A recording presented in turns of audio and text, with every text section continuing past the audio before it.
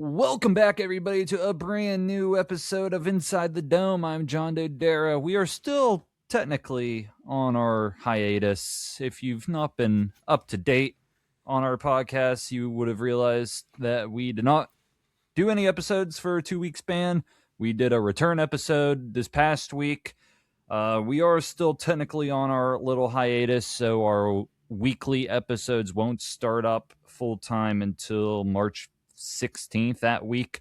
So we still got some time on our break, and that is also why it is just me here today, because this is an impromptu episode. I felt like there had to be an episode discussing some of the recent things that happened over the weekend, which I am referring to the Elimination Chamber. In our last episode, at the very end of it, the last 10 minutes or so, we predicted the Elimination Chamber event. So I felt like there had to be some kind of reaction to it before we return. So that's what I'm here to do today. And I am not alone, though. I typically would be here with Carlin, but instead of doing this alone, I asked a good buddy of mine from school, someone who has never been on the podcast before. I've had some buddies from school be on the podcast, such as Lance. Shout out to Lance as always. But this is another buddy of mine. Ryan, welcome. Ryan Boynes is here with me. How you doing, buddy? It's been a minute. It has been a minute, my friend. I'm hanging in there. Hanging in? Second semester? Spring semester, I should say. Yes. Ah, yes. Well, before we start, tell everybody a little bit about yourself, because this is the first time you've ever said anything on this podcast. I guess so. I am, as I've aforementioned, my name's Ryan Boynes, Boynes. Yes, just like the old Nintendo console. I am from the great city of Pittsburgh, Pennsylvania. So go Penguins, go Steelers, go anything black and gold. But yes, I am a junior going to be a senior at West Virginia University, and I am going to be a sports journalism major, hoping to do some form of either broadcasting or maybe online journalism. I haven't really picked the niche yet. All I know is I want to do something with sports. I just haven't figured out my niche yet. Fair enough. You still got time. It's always the key. You still got time. I remember junior year. That's when we started this podcast at West Virginia, Carlin and I. And that's when I met you. Exactly. That was the year everything started. Junior year of college. And now I'm graduated. That's how much time flies at this point. But gotta love West Virginia. I'll be down there very, very soon, actually. So can't wait to see the Mountaineers again, hopefully in another win for the men's basketball team. But we're not here to talk about that. But, Ryan, you have been watching WWE, thankfully. So I can talk to somebody else about wrestling. Am I your only source of WWE that you could talk to? I do have the Beyond the Mat crew, Nico and all of them. Oh, of course I know Mr. Nico Cookie Coretto. Yes, shout out to Beyond the Mat with Nico Coretto. I still got them, but they don't come on this podcast. So if I need to talk to them, I still do. But yeah. Shout out to their podcast, though. I know they do weekly wrestling, which I don't do here. So shout out to them still at West Virginia. Gotta love it. But the Elimination Chamber has come and gone. The last PLE before WrestleMania, which is April 18th and 19th. Oh boy, let's just start from the very beginning of this show. The Women's Elimination Chamber match.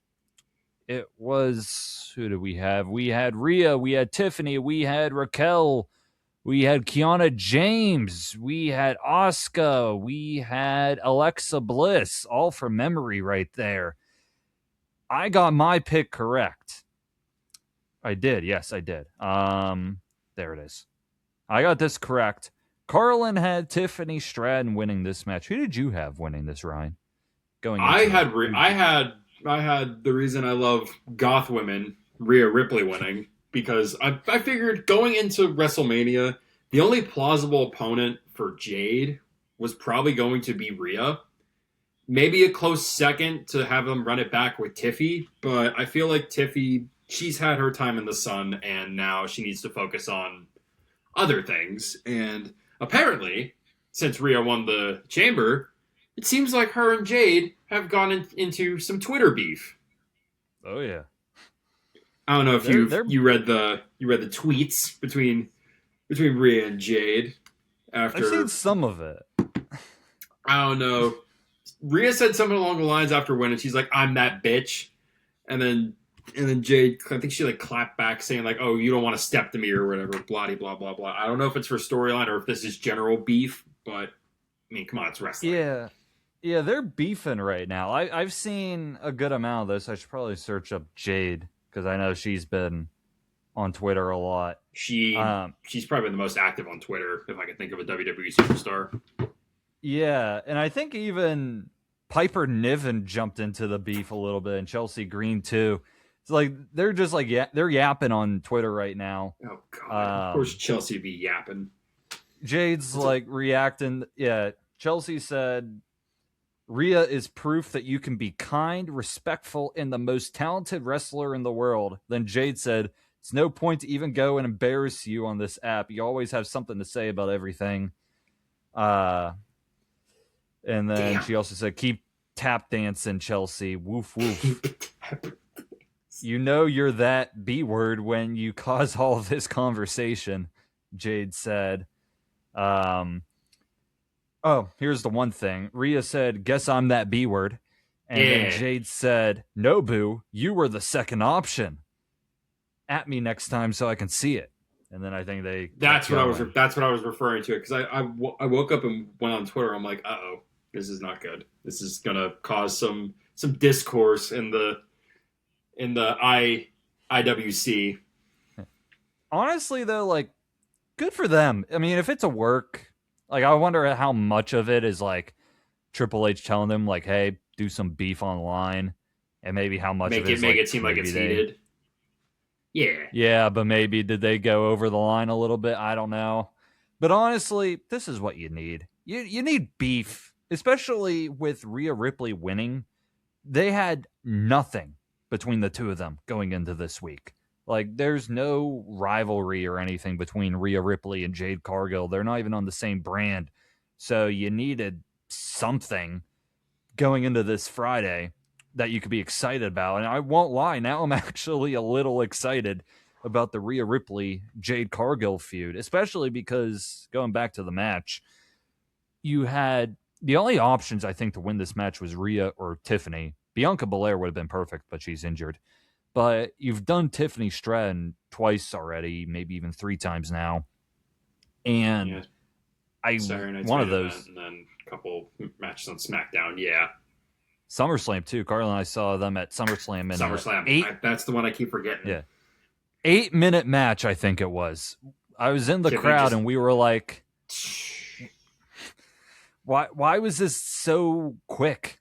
I believe was, yeah. I think that was everyone's reaction to Tiffany versus Jade in the crowd. Like, it's over just like that. And they were starting to cook too. But Jade beat Tiffany for the belt. So that was a direction they could have went. But I didn't see it happening. I think Rhea's a bigger star. Yeah. Rhea's got that main event figure around her, and I don't think she's losing that anytime soon. It's just a matter of who she gets put up against, whether it's for a title or not, or like last year's WrestleMania was a triple threat. Yeah. And she has not been a world champion since that moment last year where she lost a title before WrestleMania. So Io Sky beat her. And yeah, it's been a while since she's been in the world title picture. So, and she is the top star in the women's division. She easily is. So easily.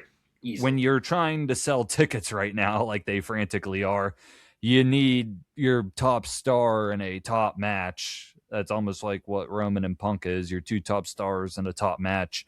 This is kind of the equivalent here. You need your top star in Rhea Ripley fighting for a championship.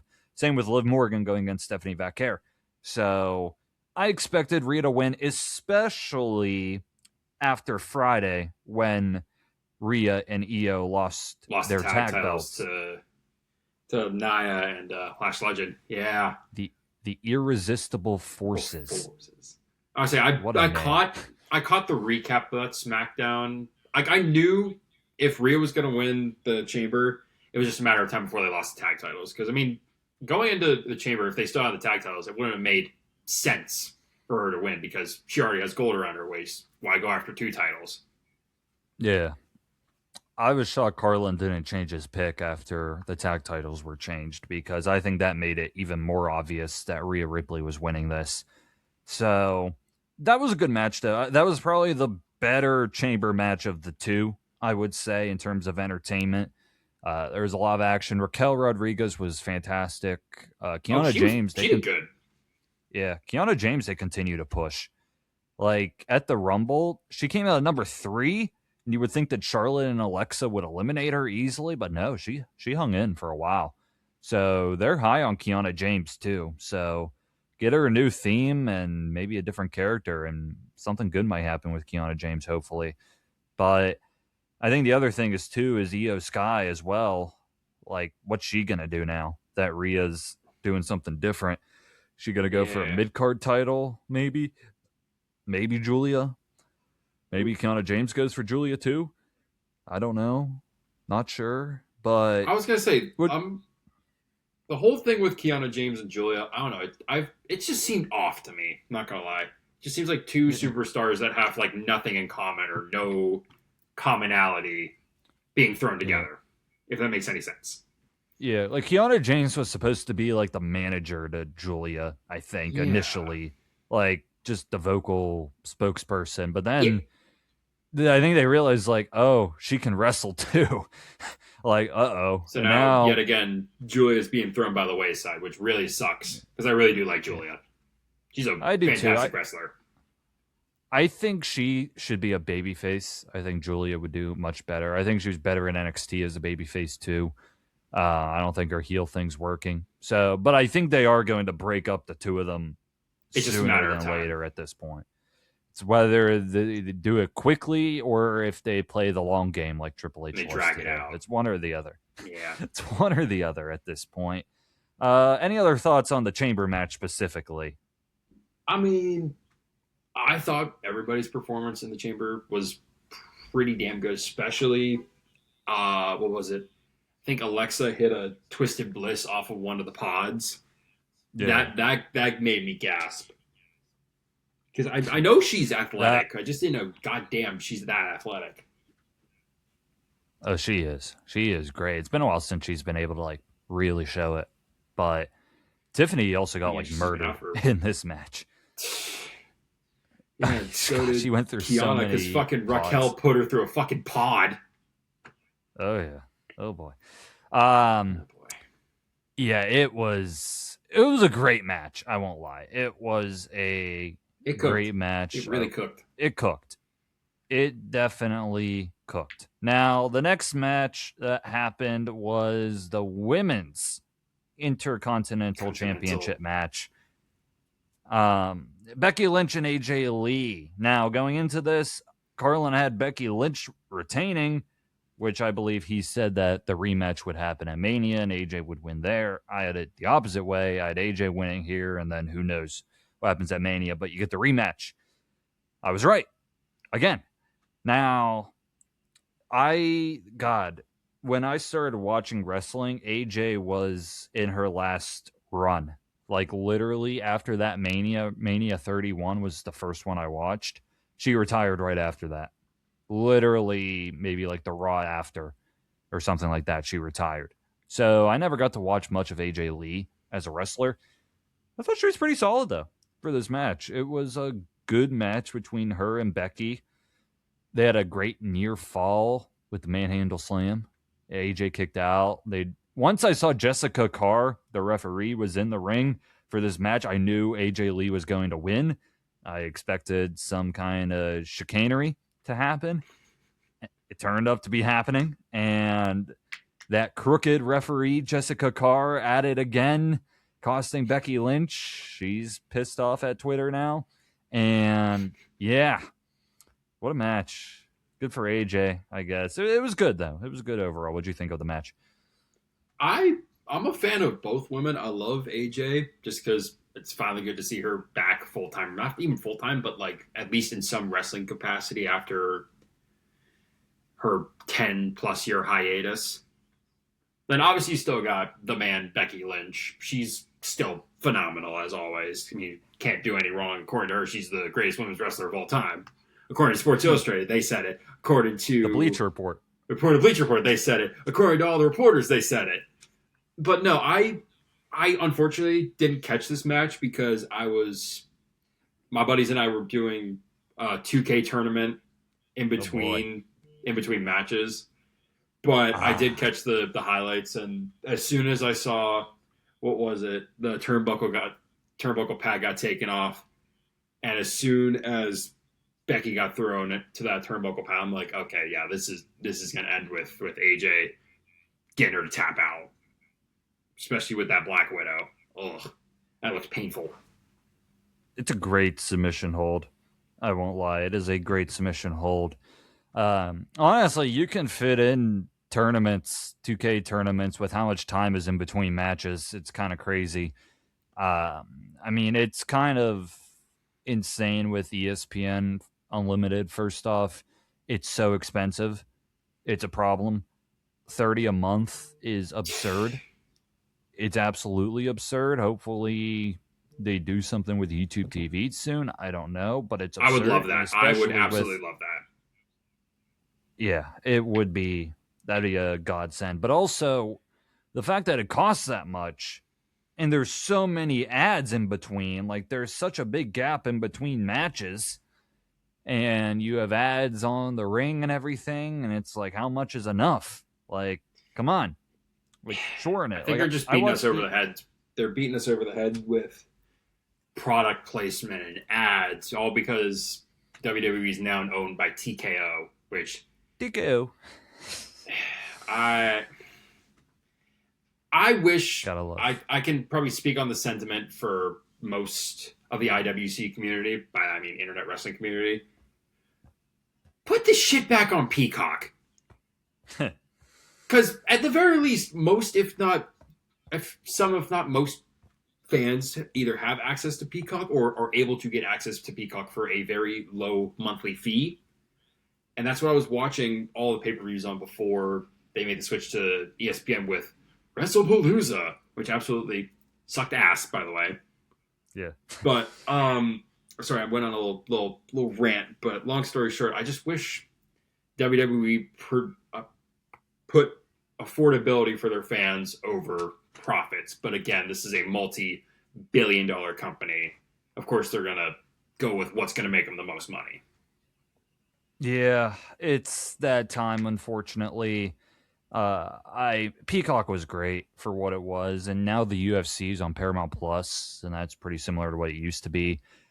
And the ESPN Unlimited app is not great either. Like, my parents were rewatching the event, and every time they tried skipping, it would just restart the whole thing. And it's a bad interface. Let's just say that too. I mean, it's just, the prices are insane. Like, I'm going to SmackDown at the end of March. And oh shit, I might be going too. Hell yeah, might see you there. But I know it's definitely more expensive than it was a couple years ago when I went. Like, I think I went once to SmackDown. It was pretty cheap, and we sat up top. Now I think I spent like $60 or $70, which isn't terrible, but still, like, compared to what it used to be. Like, these things used to be reasonably priced. And SummerSlam this past year is actually pretty decent, I won't lie. Like, it was, I think, like over 200, but that was for both nights too. Like, SummerSlam pricing is fine, but it's not bad. Or $100 per night. Mania pricing is insane what they're doing. Like, if you want I looked at some of the prices, dude. First off, A, it's in Vegas, which of course they're going to up the prices because it's Vegas. And B, dude, fucking nosebleeds are at least $1,500. Oh, yeah. But, like, I remember I was looking at a graphic. I think it was, like, WrestleMania, like, a decade ago versus now, which I think decade ago... where was WrestleMania a decade ago? Decade ago. If we're talking 32 Dallas. Okay, so it was the first show in Dallas. I think, like, nosebleeds were, like, maybe $250, $300, and then floor seats were probably what nosebleed seats are now, probably a good $1,200, $1,500. So, like, if you wanted to go to the show of the Immortals, as they call it, you could at least, back then it was affordable for, like, say, one two people you could probably spend maybe $200-$400 to get at least a decent view. It's not very affordable nowadays. Like Carlin and I, we'd have to have steady jobs and then some to be able to afford a trip to Vegas. Like, mind you, the flight, mind you, the hotels for the whole weekend, too. Like, this is a 2-day event. And then the 2 nights of WrestleMania, which you'll probably walk away with concessions and probably merch. Yeah. It's like, because SummerSlam, we were there for the whole weekend. Like, we weren't doing that for one day. We were there the whole weekend. And it was worth it. I think I got my money's worth, but it wasn't that crazy expensive. So they got a pricing thing, and I know it's impacting WrestleMania right now. Like, they are not selling out yet. Maybe the prices, or not the prices, but like the sales will get better as we get closer to Mania. They'll still probably do good numbers anyway, and they'll probably gloat about it. But yeah, it's that TKO greed. It's happening. So, sadly, unfortunately. But enough about that. But we went on a bit of a rant about pricing and how WWE was good when it used to be affordable. Used to be affordable. But anyway. Hard used to be. AJ Lee won. AJ Lee won. Congrats to her. And she'll probably fight Becky Lynch in a rematch if I had to guess. The next match, probably the most predictable match I could have possibly predicted. CM Punk versus Finn Balor. CM Punk retained. Shocker. Which honestly, after watching Monday Night Raw, it really just made me realize how filler this all was and how filler the month of February was for CM Punk. Because you watched this recent episode of Monday Night Raw, which we'll get into later. Yeah, we'll get into it. Talk about it now. You get the promo between CM Punk and Roman Reigns. And you honestly just completely forget about everything that happened between CM Punk and Finn Balor. Like, what was the point? Aside from starting to change Finn Balor into a babyface, potentially, there was no point in this whole thing for CM Punk. It was pure filler because Roman Reigns took a month off of television. So you instead had to give Punk an opponent that had no chance of winning. Like, they did this around Mania 39. It was very similar, where Cody won the Rumble. He challenged Roman Reigns, but Roman had to defend a title against Sami Zayn at the Elimination Chamber. That was actually believable, though, because first off, Sami just backstabbed Roman Reigns with the chair, and it was absolute cinema. And people legitimately thought in Sami Zayn's hometown that Sami Zayn had a legitimate chance to win the championship before Mania. That match could have been a Mania main event, Sami Zayn versus Roman Reigns. The crowd actually believed that Sami Zayn could win. I kind of thought in my mind there was a chance Sami Zayn could win. Cody and Sami were having promos one-on-one, like Cody's hyping up Sami Zayn to win. This year, it's the complete opposite. You have no belief that Finn Balor has a legitimate chance of beating CM Punk. Roman's not even involved in this. He's not hyping up Finn Balor. He's not having promo exchanges. Like, it was not believable at all. So it's almost like, who cares? Like, you could just skip through the match. It was a good match. It was good. I think their first one was better, but this just hurt so much because they did not care at all in building this match, unfortunately. So honestly, I don't even like talking about it much because WWE didn't even care about this match. To be honest, the Punk entrance was great. That was great. I was gonna say, as soon as I heard that entrance for Punk, I realized, shit, Punk's gonna win. Finn's gonna go down hard. Like, don't get me wrong, I am a vast believer in the whole Finn Balor 2026 push. I love Finn. He's amazing. I've loved him ever since he made his Raw debut, which I went back and watched some of his old matches, and my God, his first run in NXT was breathtaking. But I'm a steadfast believer in, like, the trust the process. Finn will get his shot. Finn will actually win a title.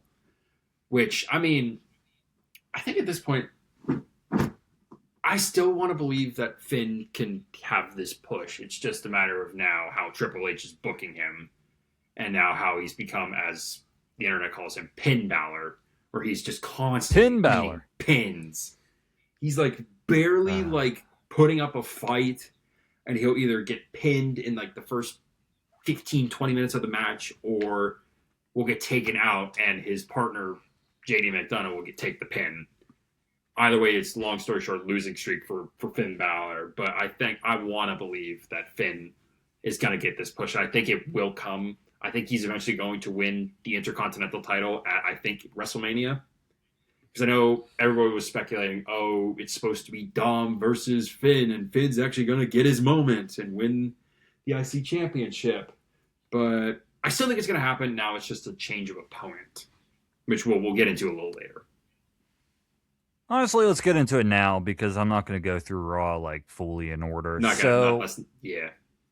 Yeah. Penta won the IC title from Dom. Dom probably had one of the worst Intercontinental Championship reigns ever because he was injured for half of it and took forever to defend it once he came back. So yeah, because I thought that it would be Finn versus Dom for the IC title at Mania, and that's where Finn gets his moment. But now that Penta's won it, now it's kind of like, what do you do? Are you going to do like a similar match to last year where it's like a multi-man match for the IC title? Are you going to do Finn versus Dom? Maybe ladder match? Finn versus Dom separately? Like maybe it's just a separate feud where Finn's a babyface and Dom's a heel? Like, are they still going to do that? And if that's the case, what does Penta do? First off, I'm happy that Penta won because he's been on the main roster for over a year now. Finally. Long overdue. He should have won this, honestly, a year ago because he was so over back then. He's still over now. And I'm so happy for him, specifically. I don't know what they do, though. I think it's wait and see. I guess we'll see what happens on Raw next week in terms of, are they going to do a multi-man match with Finn and Dom in it for the IC title? Or are they going to do their own thing? Yeah, like last year, because that was Finn, Dom, Penta, and Braun Breaker last year for the IC title. And that's when Dom won it. So are we going that route again? Obviously not with Braun, but multi-man match. Are we going to do something separate? And then Penta separate? I don't know yet. I think it's a wait-and-see moment. Not sure if WWE even knows what they're doing, but hey, who knows? I remember the exact moment where I was, and I remember you were with me when Penta made his debut. I remember that.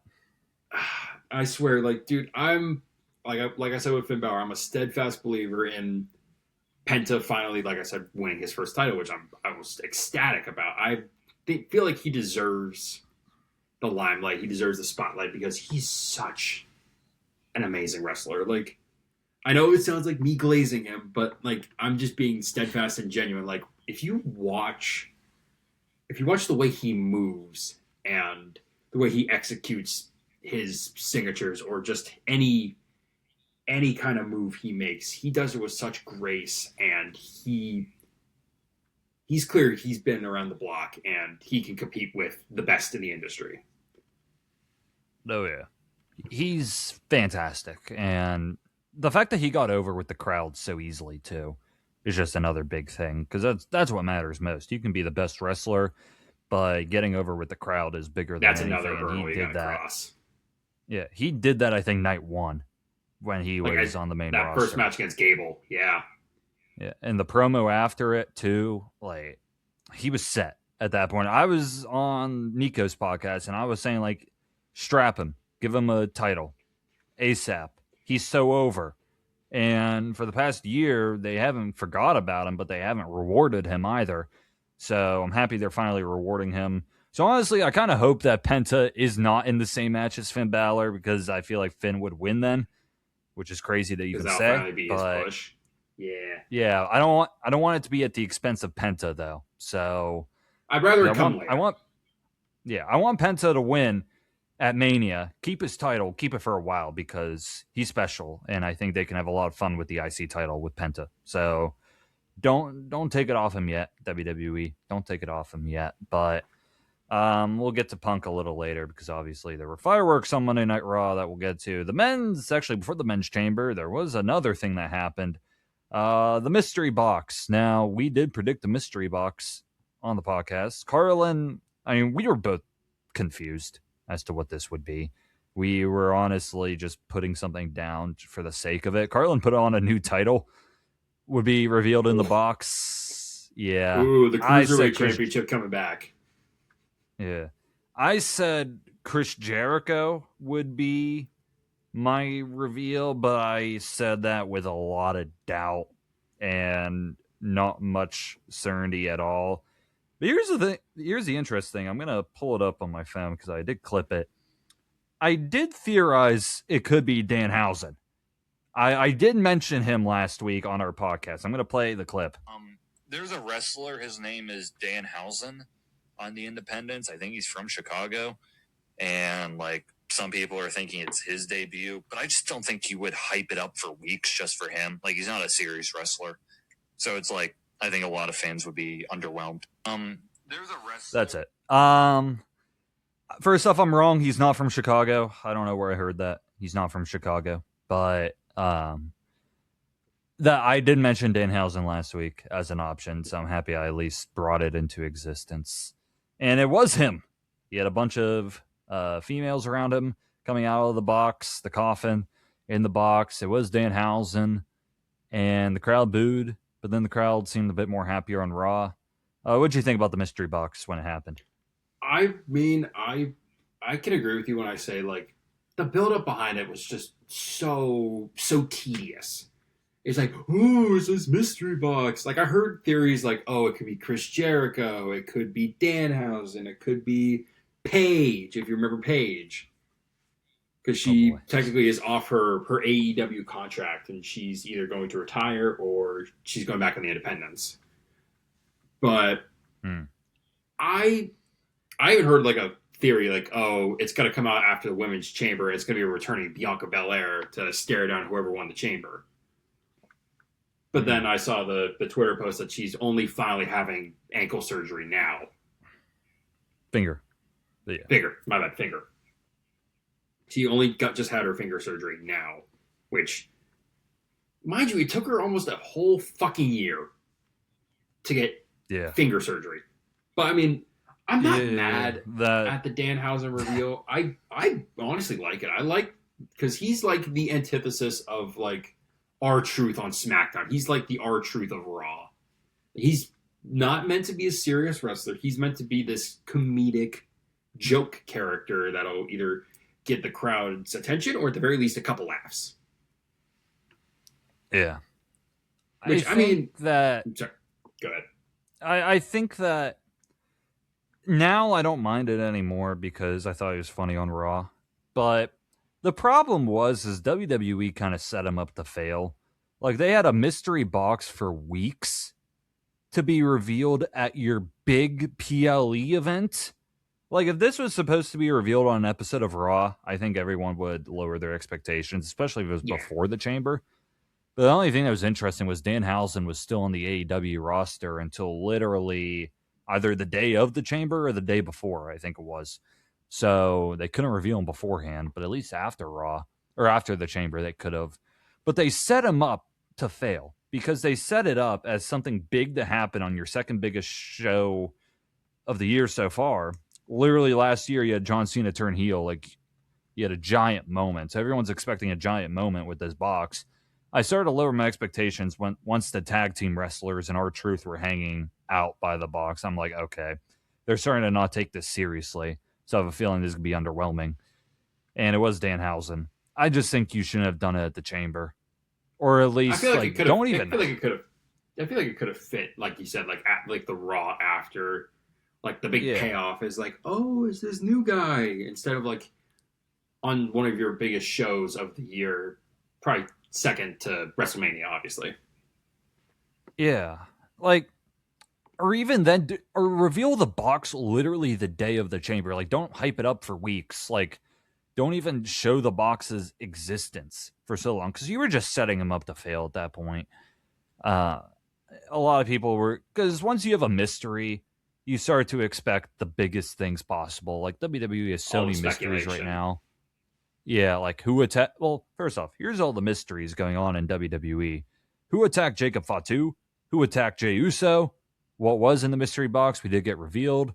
Who was the masked man? We'll get to that. That did get revealed. Who's Brock fighting?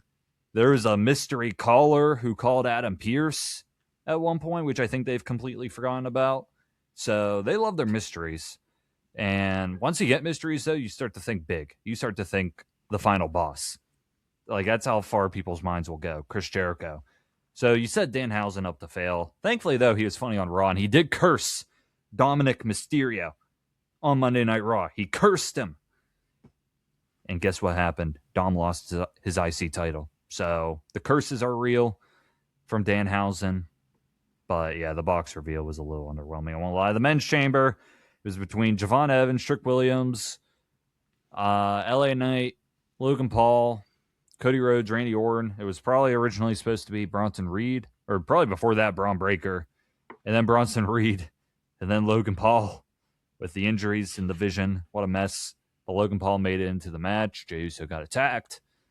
And Javon and Cody started. I'll just say in general, this match was all right. I think the only thing that was memorable was the final couple minutes with the Seth reveal and the Drew's Randy attack. Orton winning moment. Yeah, Drew's attack. I think everything before it was average. I don't think they did enough with the young guys. Like, Javon could have had a big moment. They didn't really give him a big moment in the match, and he got eliminated first. They gave Logan 3 eliminations, which is weird. I bet that was expected for the other Vision member who was supposed to be in the match, who's actually like a dominant wrestler.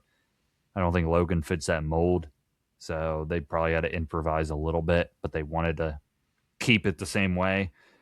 So, like, the match was fine, but then it picked up at the end, of course. The Seth reveal, we'll start there. I guess this was leading to Seth the whole time. I hated that they dragged this out so long. I guess Seth wasn't cleared back then. I don't know if he is cleared now. So they did like the whole thing that like Seth's accomplices, like the random people. Yeah. I guess we're just working for Seth. I get it. They're supposed to be like red herrings, but like at the very least, you could have like at least like recognizable wrestlers who have like genuine beef with the Vision. Like, you could have thrown. I've heard that one of the theories going around. You could have, funny enough theory, but you could have had Austin Theory's former tag partner, Grayson Waller. You could have had, I don't know, but like at least you could have had like recognizable people over like these just randoms in the masks. I think that the randoms, not confirmed, I think they're people that train in Seth Rollins' like dojo or whatever. Ooh, like yeah, his wrestling camp. I didn't think about that. So, and I'm guessing that they don't have any plans for these people. Like, there's no plan for them, so maybe that's why it's not a Grayson Waller or anything like that. My problem is that I hated the first time when they dragged out the Masked Man. Like, you could have just revealed Austin Theory at War Games. So, I hated that they dragged it out from the Rumble to the Chamber just for it to be Seth Rollins. Like, they were using Seth Rollins' stomp, and it was just revealed to be Seth anyway. But maybe he wasn't cleared fully, so they had to drag it out a little bit. But it nearly got ruined. The whole thing nearly got ruined because Braun Breaker and Bronson Reed both got hurt beforehand. And the whole angle might have been ruined. It still might not be perfect. So let's talk about the whole Seth Rollins angle here. Even everything that happened on Raw. So on Raw, Seth Rollins returns again. Big pops, by the way. Seth's getting big pops for returning. He's officially at minimum a tweener, but he's no longer a heel at this point.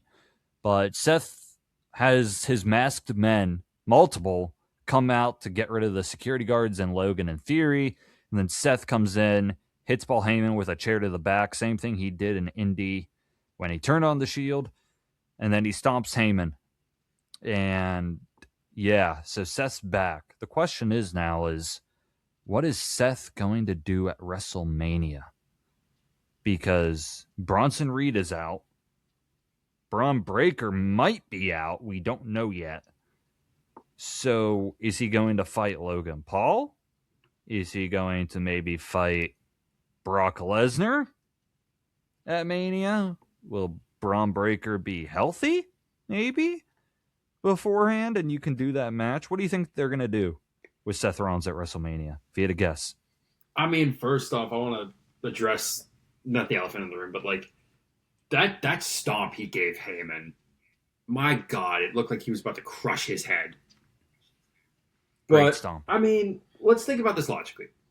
At the very least, you could run back WrestleMania 39, Seth Rollins versus Logan Paul, because at least you have two semi-healthy competing wrestlers. But I feel like that's option A. If, Braun Breaker's out, they maybe run Seth Rollins, Braun Breaker at Backlash. If Braun's not fully cleared for WrestleMania, because I think he did something to his hernia. Or he gave himself a hernia.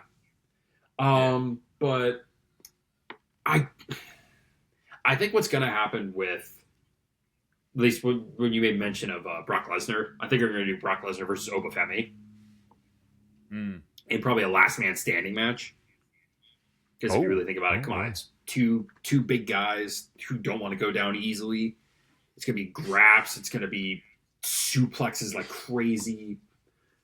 But let's think about... So I already gave out option... Because I feel like if they do Seth versus Brock, that's just like... They've done this story so many fucking times. Because you got to think... They've done both, though. Like, they've done Logan, and they've done Brock. But I feel like at the very least with Logan, they only did it like once. And they had a couple maybe matches on Raw or SmackDown or just in between not high stakes matches. Whereas Brock, there have been titles on the line, there have been stipulations, there's been plenty of history between Brock and Seth. But then I guess we take it to option C now, which it should have been option A if he didn't get himself hurt. Seth Rollins versus Braun Breaker. Which, first off, would be a phenomenal match if both men were healthy. Which I think Seth's fully getting healthy now, and Braun's still up that fucking hernia. Which, I get it, you're like a fucking roided up pit bull on PEDs. But you didn't need to like go full nuclear and start ripping shit and trying to flip the table. That's probably what caused this fucking hernia. You gotta flip the table. I think the table flip was the cause at that point. Yeah, that's what I'm saying. That's what caused his hernia.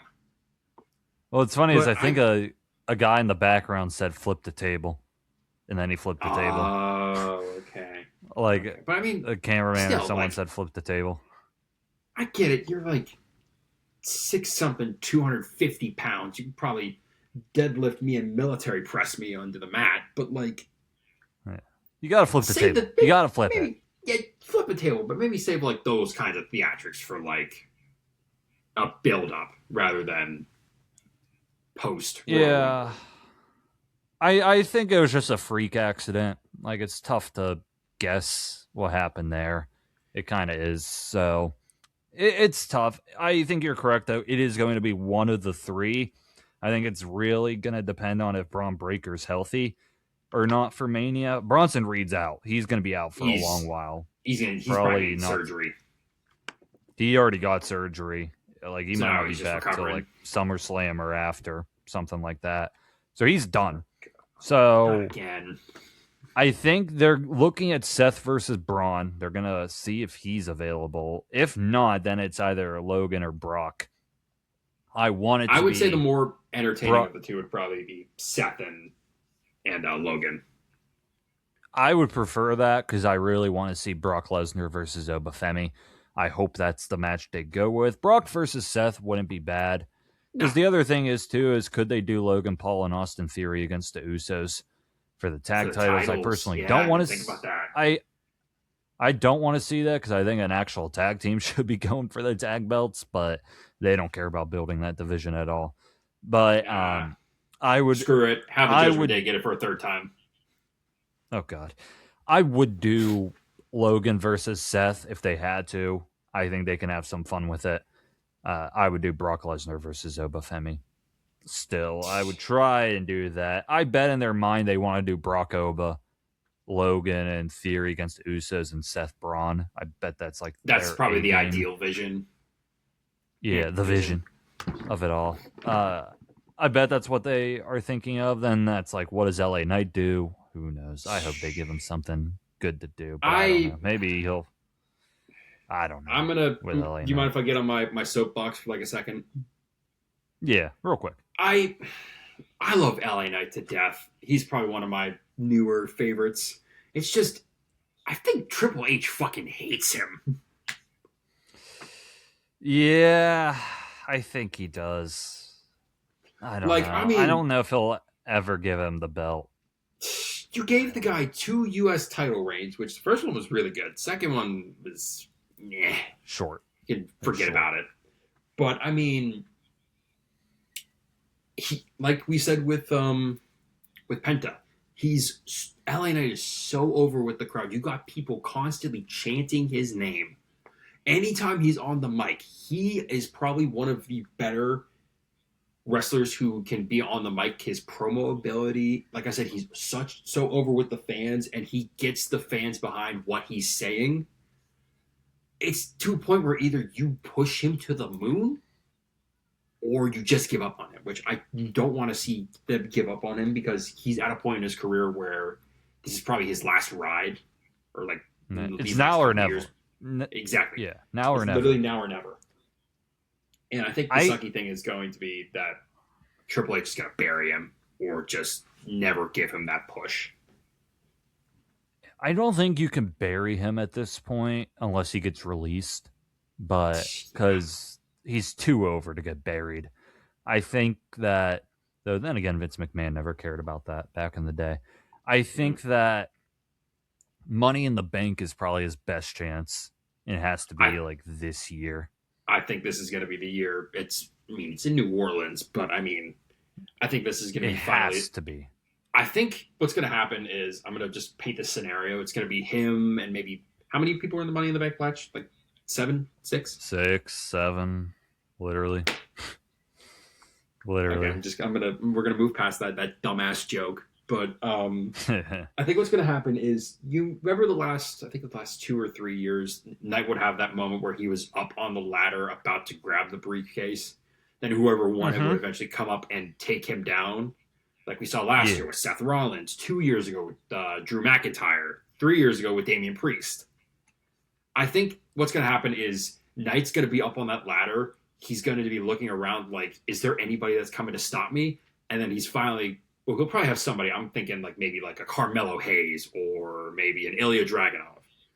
Those two will come up and try and take the briefcase away. I think he'll hit a BFT off the ladder, and then he'll climb his way back up and win the briefcase. I'm picturing it now. I think here's what I'm picturing. Here's what I'm picturing. LA Knight's at the top. Triple H's music hits and he takes him out. God. The game really ripped away the Money in the Bank from the Night. Not today, LA. You got to earn it yourself. It's Money in the Bank or never. Yeah, he's got to win at Money in the Bank and even just give him a short reign at the end of the year. I think that'd be perfect for him. Maybe have him right. I don't know what they do with him. Yeah, I don't know what they'll do with him at Mania though. Hopefully something noteworthy. But I don't want to see him in that. I don't want to see him in that U.S. title scene, especially if they do a ladder match. I don't think he deserves to be in that scene, but I feel like they're just going to lump him in somewhere or try and like crazily rush a story between him and probably somebody from the Vision, most likely probably Austin Theory.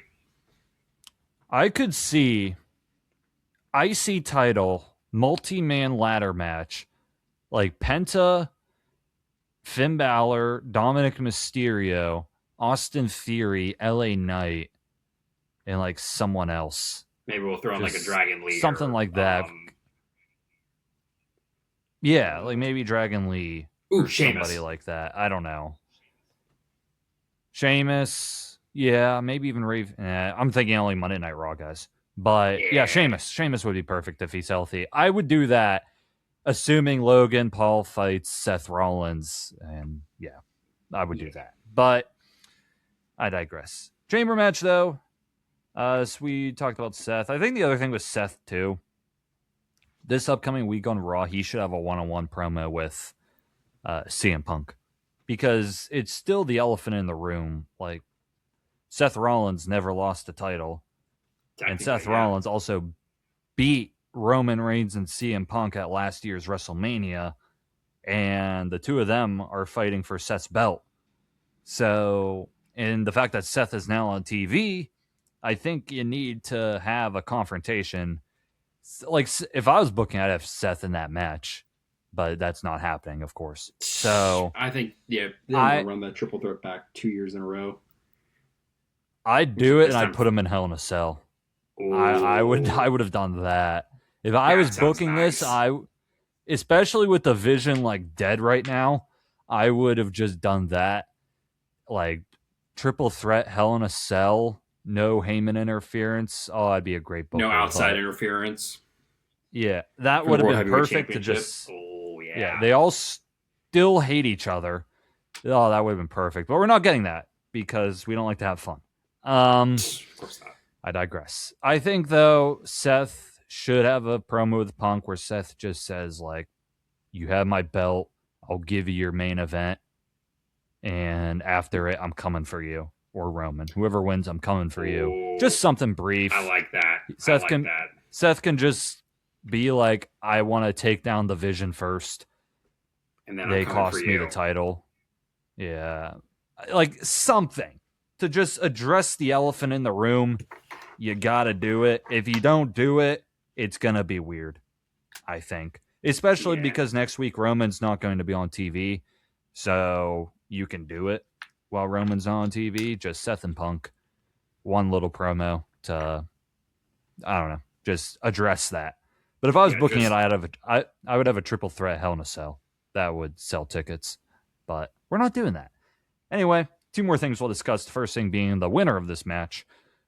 Randy Orton won. First off, Carlin did predict this. I predicted it. I went 4 for 4 for my predictions.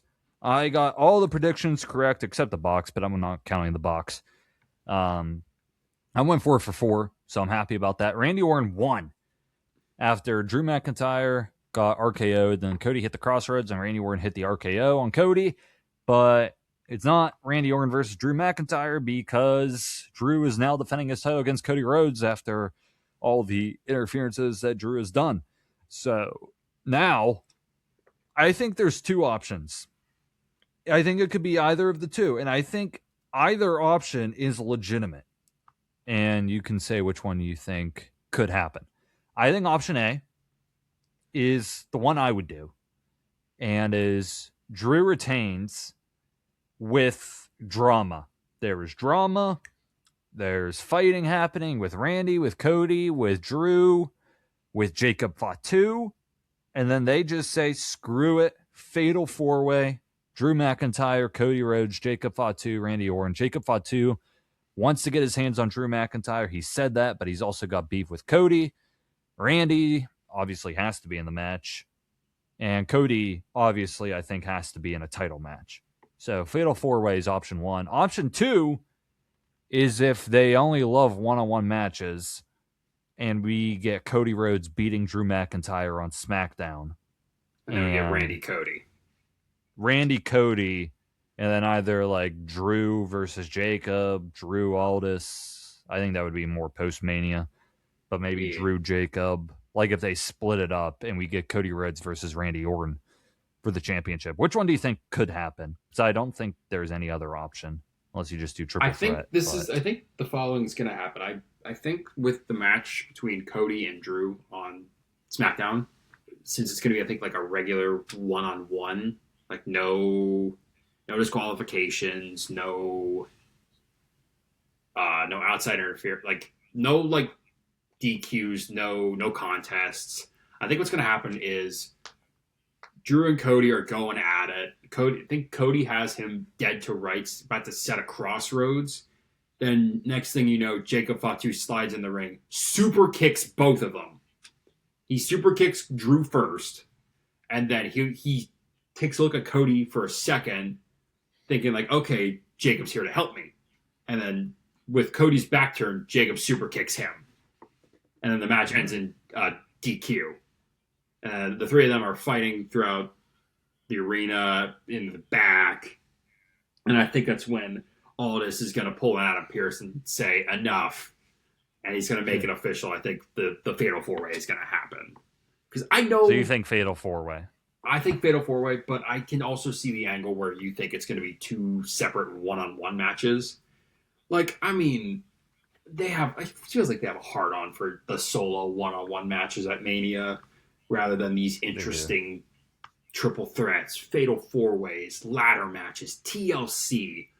I think the way I would want to do it, I know I'm going to sound like just a match booker, like on WWE on 2K.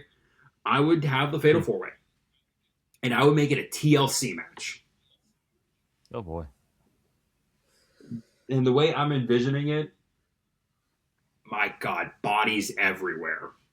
Fatu goes through a table. Cody's getting the hell beat out of him by Drew with a kendo stick. Randy comes behind Drew with a fucking chair.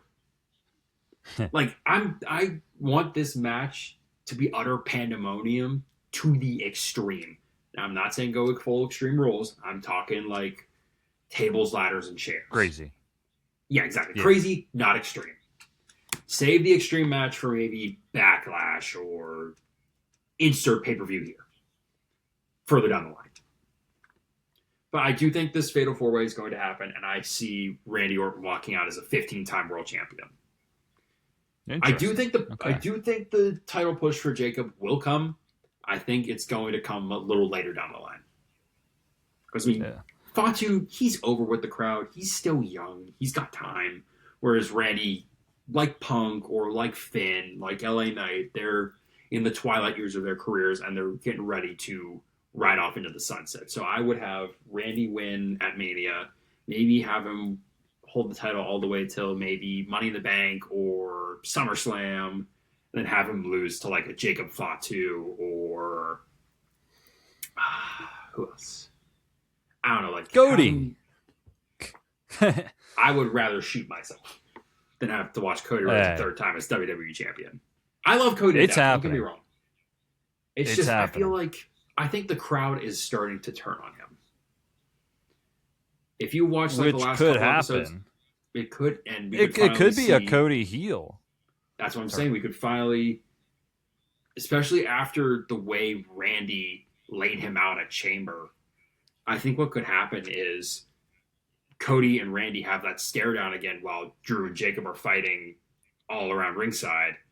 And then when Randy seems to have the match won, or this could be a post-match, Cody attacks him. And then the next Friday, he can take a promo and be like, you guys were behind me all these years, and now I'm sick and tired of you with all the boos and with all the crybaby Cody chants. We don't want Cody as champion. He can finally put the fans on blast like how Cena did those first couple months of his heel run. But I would take what they did with Cena's run, but also take at the same time what the fans were giving Cena, because they seemed to hate it. Like they weren't getting behind him as a heel champion. I would take notes from Cena's heel run and apply it to Cody if you want. Like, I see all the jokes like, oh, his heel run's he's just gonna be like Homelander because he has the look and he acts like Homelander. I want to see that happen, and I think it will happen. It's just a matter of how are they going to build it and how are they going to execute it. Yeah, I think that I want the Fatal 4 because I think they've been building at least like the triple threat between Drew, Cody, and Jacob for months now. Like at least that I thought that they were doing, and I think they're just going to add Randy to it. So, and I think it's just nice. Drew's earned it, and give him a main event. Same with Jacob. I think if you want to start elevating stars, which 2026 should be the year for elevating new stars, that's a great way to start, putting a young guy in Jacob Fatu in a main event. Like, that should be your goal if you're WWE. Elevate new stars. Trick Williams, Javon Evans, Obafemi, these guys, like, start elevating them. Great way to start Jacob Fatu in a WrestleMania main event. So I would do the Fatal 4-Way. I feel like I don't know if the fans are turning on Cody. Obviously, you'll have like this happened with Cena. Like once you're a babyface for so long, you'll get people booing for you. I think it's more the question is, do you become John Cena where it's like 50-50? Or do you become Roman Reigns, the big dog, who just gets booed out of buildings as a babyface and you keep getting pushed? So I think if he's Cena 50-50, they'll keep him a babyface as long as they can. So I don't think we're at that point yet with Cody. But if it is Cody Randy, I think a heel turn could happen. But I think the Fatal 4-Way should happen at WrestleMania. I won't predict it further yet in case it doesn't even happen. So still got to wait for SmackDown. Final thing we'll discuss here. We're not going through all of Raw, but the big thing that happened. The promo between Roman Reigns and CM Punk. Roman finally returned after a month. Roman will not be on TV next week, but he will be on the 3 Raws after that. Then he'll take another week off, and then he'll be on the last Raw before Mania. So there are 4 more Roman appearances on the road to WrestleMania. And we got the second promo confrontation between Roman Reigns and CM Punk, where it got ugly, obviously. Punk's talked a lot about his schedule at times, and he said he has to carry his BS through the rest of Mania. Roman alluded to the fact that Punk is a fake-ass bitch, or punk-ass bitch, I think he said. Reminds me of his big dog promo from a long while back. He said, "We brought you back to appeal to the 30 to 40-year-old virgins so we could sell some T-shirts. Yeah, that live in their mom's basement." Roman said, "I'm going to put you on a retirement run like Cena. I'll send you to NXT so you can coach up the new talent. I can smash them." And Roman thought that was enough, so he's about to leave. And then Punk said, "Nah, you're not leaving." And then the big line that I think everyone remembered, "I'm going to bury you next to your father." And Roman had nothing to say. Punk left. What did you think about the promo exchange? I'm curious. I think this is a battle between 2 guys who are really good on the mic and who could tear each other apart. I especially like the part where, I didn't like it. I was shocked, but I also never thought they'd go to those lengths. Punk said basically, "I'm going to bury you with your father." Like, "I'm going to kill you."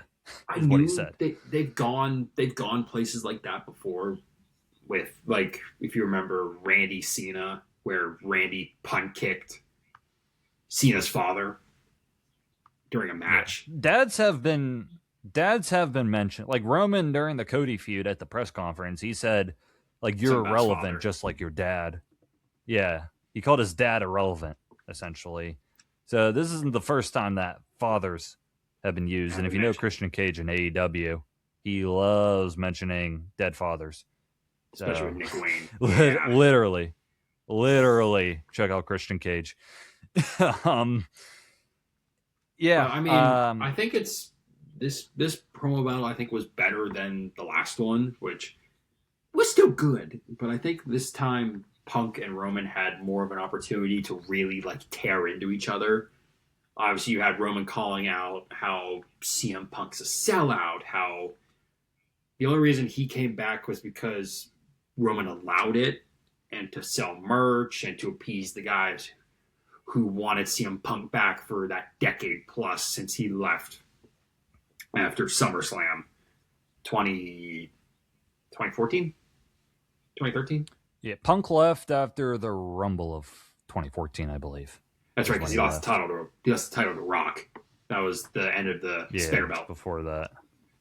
Yeah. But I think with this, I think they can obviously go in more depth with their hatred for each other, especially if they do a couple more promo exchanges on the road to WrestleMania. I can see maybe like a contract signing getting heated, or maybe say Punk comes out for promo, Roman interrupts him, and he starts walking down the stage, and then the 2 of them get into a brawl. And then I just think that there's so much they could do, obviously, because the 2 of them have sordid history, both in the ring and outside of it, obviously, because remember, Punk called out Roman on his buddy's podcast, and Roman made mention of that. And then he called Punk a punk-ass bitch. Yeah. I think there's a lot of potential in the upcoming weeks, especially now that there's a clear level of just hatred now between the two. Like, there's no going back. They are not going to team up together in the next War Games event. Let's just say that. Because they've loved to do that. Team up together, then fight at Mania, then team up together. I recommend to anybody, even you, Ryan, about maybe a month ago, I did an episode called, like, why CM Punk versus Roman Reigns is not working for me yet. I still carry some of that right now. Some of those thoughts I alluded to, like why the main event's not working for me fully. I think though that this could work. I think everything's off limits now. Roman doesn't even need to mention Larry the dog or anything like that. He should. I feel like AEW should be like allowed to be mentioned. Punk's running AEW, punching Jack Perry and getting in a fight with the Elite. Like, I feel like that should be allowed now at this point. This should be no holds barred at this point. Like, everything should be allowed at this point. Yeah, everything's on the table now between Punk and Roman. They can go into the big dog, that reign, Punk quitting, Punk's UFC career, AEW Punk's run, AEW like career. I think everything. Yeah, everything now. I don't want to say like continue to bring up like the family shit. Like Punk can obviously bring up his uncles Alpha and Sika. Yeah, you don't need to anymore. Like, no, you don't need to bring up the dog with the dad, and they. I feel like they could also go with like Punk could or Roman could bring up something about AJ, kind of like how Braun did. But I feel like at the same time, that's not going to work as well as it did with Braun, because Braun was just trying to get a reaction out of Punk by calling. I feel like that's I think that was the same with Punk mentioning the dad. I feel like he just wants to get a reaction from Roman because it felt random when he said it. Like, I don't think Roman said enough in his thing to like piss off Punk that much. Yeah, like. Because it kind of came out of nowhere when Punk said that. I was like, oh, okay. Like, I was not expecting that at all. Like, I didn't think we hit that level yet. Like, now we're at that level. But that's why I felt like it was a little off. I won't lie. Like, I've seen a lot of great promos now in my time. I feel like Roman relies a little too much on, like, curse words. Like, punk-ass bitch.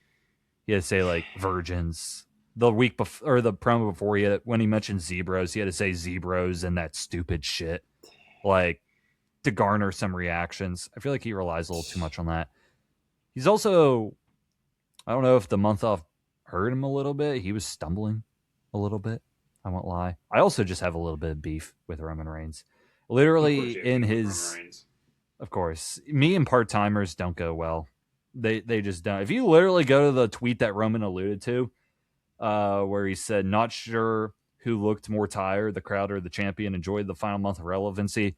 Literally one of the top comments is mine from inside the dome. It has like 840 likes. Yeah. So you like, yeah, I'm going to be biased against Roman. I loved him back in the day, but his current run I'm not a fan of. I literally said my tribal chief. Succotash, son. Yeah. I literally said, my tribal chief, you need to be showing up to work, too, to stay relevant. And, yeah, got some reactions. But it was one of the top comments on his post, so I'm proud about that. There you go. But anyway, I digress. What's also going to suck is that we're not going to get the rebuttal next week. Because Roman's taking the week off. Yeah. So it's like we had this fiery promo. Any casual watcher is going to be like, I can't wait to see what Roman Reigns says next week. But we're not going to get that. We're going to get nothing. That's why I said do Punk and Seth next week. Yeah. So, but I think that's going to hurt a little bit. So we have to wait 2 weeks to see what happens here between Punk and Roman. I thought the promo battle was good. I prefer the first one, personally. But I do think now, hopefully, like, I hope they don't just do family attacks. Like, you don't need it. Like, I felt like the dad thing was honestly, like, cheap heat. Like, it got the message across. Like, it's personal now. But it's like, we don't need to do it anymore. Like, even when Roman called out Dusty, I thought that was, like, random when he did that. Like, yeah. Sometimes, like, if it's two heated rivals, you can do that. Like, if Seth Rollins said that to Roman Reigns, I would get it, because they are hated rivals at this point. But, like, Punk and Roman have been teaming together at War Games twice. They literally fist bumped in the War Games match. This wasn't even plan A for WrestleMania. This was plan C. It was supposed to be Roman and Seth, then it was supposed to be Roman and Cody. So I'm not buying it. I wasn't buying it yet that these two were hated rivals. Like, I don't know. And they're also fighting for Seth's belt too, so that's what makes it even more funny. But I think they can redeem things and make it even better. My only problem too is like, I don't know who's gonna win. I hope it's Punk. I think you can tell a good story with Roman losing, as like, he doesn't have his bloodline anymore. Like, he's not the same as he once was. I think there's an interesting story there if he loses to Punk. And I'm starting to like Punk's reign a lot more now. So I don't want it to end. So I hope Punk wins. I hope Roman doesn't win. I think that'd be the boring thing to do. So, yeah, there's a lot of thoughts. We'll probably be talking about a lot more sooner than later. Any other final thoughts about anything chamber-wise before I wrap this up? I'm gonna fire this out. I'm gonna say this, despite all the backlash it's getting, I think this WrestleMania card has the potential to be one of the better ones. It's not just a matter of properly building up these matches and having fierce promo battles, having maybe a couple matches be counted out or DQs because of interference. I think it's just the matter of now you have the pieces to make both nights really good, or you have the foundations being made. Just go execute. Don't be like last year where they, like, I'll go for an example, like they rushed Charlotte versus Tiffany. They rushed, they didn't really give Cena Cody that much of a build up, if you really think about it. They didn't really give, because Cena took off weeks too. He wasn't around all the time. Yeah, because he was either off filming stuff or just wanted the off time. I think what you need to learn from last year's Mania, which I will say, not one of the worst, but one of the worst of the last decade, I will say. It's just, you need to trust the wrestlers and you need to trust your creative team. You cannot be pulling like last minute, like, okay, let's start this feud now and pray the payoff is at Mania. You need to be setting this stuff in motion like now. Like, especially like we talked about with Rhea and Jade. Clearly with their back and forth tweets, it seems like the sparks are being lit. Now have them go on SmackDown and go back and forth calling each other out for what they said on Twitter, or call each other out for their past or their achievements, or like just have them make this feud seem real, or have it seem reasonable, rather than just, oh, Rhea won the Chamber and oh, Jade's champion. Have them fight at Mania. Put some stakes to it. Put like some call outs. Yeah. That feud I'm actually excited for. I think it could really cook. It could. I think it has the potential to cook. Yeah. After the Twitter battles, I think it could spice it up a lot. Even if it gets messy like Charlotte and Tiffy did last year. Messy is sometimes good. Yeah. I don't care. Like, sometimes some things can be messy. I think now things are going to start to pick up. They really were slacking during the Chamber build in terms of ramping up the intensity of Mania season, which is a mistake. By the time we hit February, everything should be at full speed. Instead, it felt like they were at half speed with doing filler feuds and all that. There should be no filler during Mania season. So hopefully next year they learn. Maxine Dupree. Oh, God. Let's not put that on WrestleMania, please. Nope, Let's not. Nope. I'm glad AJ's champion. Skip I'm glad. Yeah. Sorry, Natty. You can be on the Raw after Mania. I don't care. I hope that the weeks ahead will be better. So, thank you for listening, though. This is a longer one, but oh well. Thank you all for listening to this one. Our next episode can't even confirm when that will be. It might not be till our break ends around the week of March 15th. There might be something else impromptu. I don't know if something big happens in free agency next week. Maybe there's some kind of impromptu episode. I know it's going to get really spicy in the NFL next week. So check our social medias. But if there is something really juicy, maybe there's an episode. Probably be more wrestling content when we officially get back. Probably nothing before then. But follow social medias, our Instagram, our Twitter, our TikTok, our Facebook, our YouTube, which this episode might be on. Check out all those. It's all in the link tree in the link in bio. But other than that, thank you all for listening to this episode. Thank you to Ryan for joining me for this episode. We'll try to get you back on for another one. I was about to say this was like my debut match, and I'm looking to set my feet into the Dome pantheon. The Dome, and I wish to be on more episodes because this is fun, and I would love to get some banter between the two of us and Carlin or whoever the guest of the week is or whatever. I would just like to be on these more because I love talking to you and I love talking our shared interests together because I think that's what makes our friendship so much stronger. Exactly. I couldn't say it any better myself. But yeah, we've been slacking on the guests, but we'll get you on sooner than later. We'll definitely get you on probably after our break. Once that ends, we'll be full speed ahead. Better than that Mania episode. If you ever have a build-up or post-Mania episode, I better be on it. We will definitely have a Mania episode. We definitely will. Definitely for WrestleMania. But other than that, thank you all for listening with Ryan. I am John Dodaro. Have a great day, everybody, and see you next time on Inside the Dome.